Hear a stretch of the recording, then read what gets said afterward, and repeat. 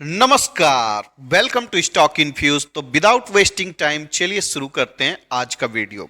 इस वीडियो में हम लोग CDSL का डिटेल में एनालिसिस करेंगे। दोस्तों, CDSL में बहुत सारे इन्वेस्टर परेशान हैं क्योंकि स्टॉक में कंटिन्यू गिरावट हो रही है। हम लोग समझने का प्रयास करेंगे क्या इस स्टॉक में हमें इन्वेस्टेड रहना चाहिए और कौन से लोगों को इस स्टॉक में इन्वेस्टेड रहना चाहिए और किनको एग्जिट कर जाना चाहिए। दोस्तों, सबसे पहले अगर कंपनी के फंडामेंटल्स को देखें तो फंडामेंटल्स में कोई कमी नजर नहीं आएगी। मार्केट कैप 10,000 करोड़ का है। कंपनी का अगर प्राइस टू अर्निंग रेशियो देखेंगे 36 का है।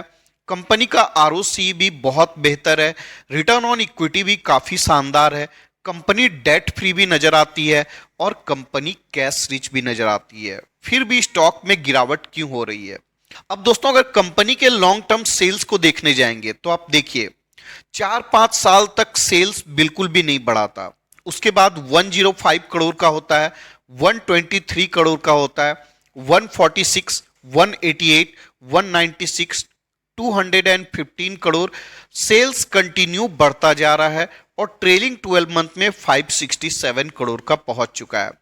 दोस्तों, 2011-12 में रिटेल इन्वेस्टर का पार्टिसिपेशन मार्केट में इतना ज्यादा नहीं हुआ करता था, तो बहुत सारा डीमेट अकाउंट ओपन नहीं होता था। इस कारण कंपनी का सेल्स इतना बढ़ता हुआ नजर नहीं आया।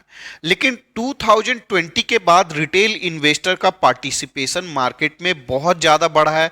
इस कारण आपको सेल्स में बहुत जबरदस्त ग्रोथ देखने को मिल रहा है।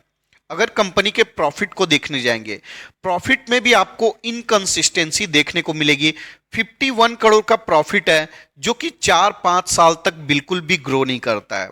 उसके बाद देखिए 91 करोड़ का होता है, घटकर 87 करोड़ होता है, 104, 115 और ट्रेलिंग 12 मंथ में देखिएगा 291 करोड़ का पहुंच चुका है। 2020 के बाद से प्रॉफिट एंड सेल्स में अच्छा ग्रोथ देखने को मिलता है। कंपाउंड सेल्स ग्रोथ को देखिएगा तो अच्छा नजर आएगा, कंपाउंड प्रॉफिट ग्रोथ भी अच्छा नजर आएगा। रिटर्न को देखिएगा तो 5 साल का रिटर्न 25% का है, 3 ईयर का 51% का है और 1 ईयर में 34% का माइनस में रिटर्न है। दोस्तों, कभी भी आपको इन्वेस्टमेंट का डिसीजन 1-2 साल का रिटर्न देखकर नहीं करनी चाहिए। कम से कम आपको 3 से 5 साल का रिटर्न देखना चाहिए। उससे हमें समझ में आता है लॉन्ग टर्म में कंपनी कैसा परफॉर्म करती है। मान लीजिए किसी एक्सटर्नल रीजन की वजह से 1 साल कंपनी अच्छा परफॉर्म नहीं करती है, या फिर किसी अन्य रीजन की वजह से 1-2 साल कंपनी अच्छा परफॉर्म करती है रिटर्न के मामले में। इसका मतलब ये नहीं होता है कि जो कंपनी अभी करेंटली अच्छा परफॉर्म नहीं कर रही है वो अच्छी कंपनी नहीं है, और करेंटली जो कंपनी अच्छा परफॉर्म कर रही है वो अच्छी कंपनी हो गई। लॉन्ग टर्म इन्वेस्टमेंट के लिए, ट्रेडिंग के लिए आपको उसी कंपनी में इन्वेस्टमेंट करना होता है जिसका ट्रेंड अच्छा होता है। लेकिन इन्वेस्टमेंट के लिए आपको फंडामेंटल्स देखना पड़ता है, लॉन्ग टर्म का बिजनेस ग्रोथ प्रोस्पेक्ट भी देखना पड़ता है। अब दोस्तों, बात करते हैं कि स्टॉक में कंटिन्यू गिरावट क्यों हो रही है। अभी के समय जो गिरावट हो रही है उसका रीजन है BSE अपने स्टेक को कम करने वाली है और CDSL के 2.5% स्टेक को बेचने वाली है OFS के थ्रू। अब दोस्तों, जब भी मार्केट में ऑफर फॉर सेल आता है वो करेंट मार्केट प्राइस से कम में आता है।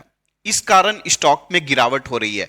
मान लीजिए अगर OFS करेंट मार्केट प्राइस पर या उससे ऊपर आएगा तो कोई भी OFS में पार्टिसिपेट नहीं करेगा। इसलिए जब भी ऑफर फॉर सेल आता है वो करेंट मार्केट प्राइस से नीचे के लेवल पर आता है। इस कारण आपको स्टॉक में गिरावट देखने को मिल रही है। दूसरा रीजन है डीमैट अकाउंट ओपनिंग का ग्रोथ कम हो चुका है। अब दोस्तों, रिटेल इन्वेस्टर क्या करते हैं मार्केट में, वो उल्टा करते हैं। जब मार्केट में तेजी होती है तो डीमैट ग्रोथ का ओपनिंग बहुत ज्यादा बढ़ जाता है, रिटेल इन्वेस्टर का पार्टिसिपेशन काफी बढ़ जाता है। और जब मार्केट बहुत अच्छा परफॉर्म नहीं करता है, बेयरिश होता है या फिर साइडवेज पैटर्न में काम करता है, तो रिटेल इन्वेस्टर का पार्टिसिपेशन घट जाता है या फिर बहुत कम हो जाता है। इस कारण अभी डीमैट अकाउंट ओपनिंग कम हो गया है और डीमैट अकाउंट ओपनिंग कम होने के कारण CDSL का जो प्रॉफिट का ग्रोथ है उसमें कमी आ चुकी है। अब दोस्तों, CDSL टाइप की जो कंपनी है मैं इसको साइक्लिकल कंपनी मानता हूं। जब भी मार्केट का ट्रेंड बहुत पॉजिटिव होगा, डीमैट अकाउंट का ओपनिंग काफी ज्यादा होगा, रिटेल इन्वेस्टर का पार्टिसिपेशन ज्यादा होगा, तो कंपनी का रिजल्ट भी अच्छा आएगा, स्टॉक में आपको तेजी भी देखने को मिलेगी। लेकिन जब मार्केट बेयरिश होगा या फिर साइडवेज पैटर्न में काम करेगा, कंसोलिडेशन के फेज में रहेगा, तब स्टॉक इतना अच्छा परफॉर्म नहीं करती है। दोस्तों, अगर ऊपर से डिस्काउंट को देखेंगे तो डिस्काउंट ऑलमोस्ट 40% का है। आप देखिए, स्टॉक एक समय 1600 रुपीज तक चले गया था और करेंट मार्केट प्राइस देखिएगा 1000 रुपीज है, तो ऑलमोस्ट 40% का डिस्काउंट है। अब दोस्तों, अगर आपने इस स्टॉक में ऑलरेडी इन्वेस्टमेंट किया हुआ है तो आपको क्या करना चाहिए? देखिए दोस्तों, टू द पॉइंट बात करते हैं। अगर आपने ऑलरेडी इन्वेस्टमेंट किया हुआ है ऊपर के लेवल पर, तो आपको अभी एवरेज डाउन नहीं करनी चाहिए, स्टॉक को जस्ट होल्ड करना चाहिए। ऐसा कंपनी नहीं है जिसमें आप लॉस बुक कर लें। कंपनी इन्वेस्टमेंट के लिए ठीक ठाक है, इसमें आपका पैसा डूबने वाला नहीं है। बस स्टॉक का नेचर है, साइक्लिकल नेचर है, अभी मार्केट इतना अच्छा परफॉर्म नहीं कर रहा है, इसलिए कंपनी का प्रॉफिट भी उस प्रकार से नहीं बढ़ रहा है जिस प्रकार से मार्केट एक्सपेक्ट करता है। दूसरा पॉइंट है दोस्तों, क्या अभी इस स्टॉक में फ्रेश इन्वेस्टमेंट करना चाहिए? बिल्कुल भी अभी फ्रेश इन्वेस्टमेंट आपको नहीं करनी चाहिए। जब तक कंपनी का ओएफएस मार्केट में आउट नहीं हो जाता है, एक बार ओएफएस आउट होता है, उसके बाद आप अपना डिसीजन ले सकते हैं इन्वेस्टमेंट का आपको क्या करना है। उसके बाद हम लोग एक बार और डिस्कस कर लेंगे। अभी आपको एवरेज डाउन भी नहीं करना चाहिए जब तक ओएफएस नहीं आउट हो जाता है। अब देखिए दोस्तों, बहुत सारे एक्सपर्ट आपको बताते हैं कि सीडीएसएल में मोनोपोली है। मैं ऐसी मोनोपोली को नहीं मानता हूं। मेरा पर्सनल ओपिनियन है, मार्केट में दो प्रकार की मोनोपोली होती है। एक जो कंपनी मेहनत करके बनाती है, जैसे पीडीलाइट हो गई, एशियन पेंट हो गई, और भी अन्य प्रकार की कंपनी है। और दूसरा मोनोपोली है जो गवर्नमेंट रेगुलेटेड होता है। और जो गवर्नमेंट रेगुलेटेड मोनोपोली होता है वो रातों रात खत्म भी हो सकता है। जैसा कि हमने इंडियन एनर्जी एक्सचेंज में देखा भी, गवर्नमेंट रेगुलेशन की वजह से मोनोपोली था, जो कि मोनोपोली खत्म भी हो चुका है और अभी के समय देखिएगा स्टॉक बिल्कुल भी परफॉर्म नहीं कर रहा है। तो दोस्तों, आपको गवर्नमेंट रेगुलेटेड मोनोपोली के बारे में समझना पड़ेगा। ऐसी मोनोपोली को आप मोनोपोली मत मानिए।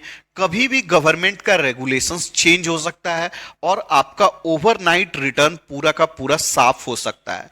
तो वो बात समझकर ही आपको इन्वेस्टमेंट का डिसीजन लेना चाहिए। वैसे अगर अभी के समय बात करूं तो मुझे इतना बड़ा कोई रिस्क नजर नहीं आता है, तो आप डेफिनेटली स्टॉक को होल्ड कर सकते हैं। लॉस में बेचने का कोई भी मतलब नहीं बनता है।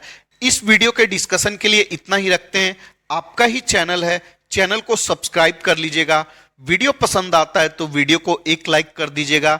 मिलते हैं किसी और वीडियो में, तब तक के लिए धन्यवाद।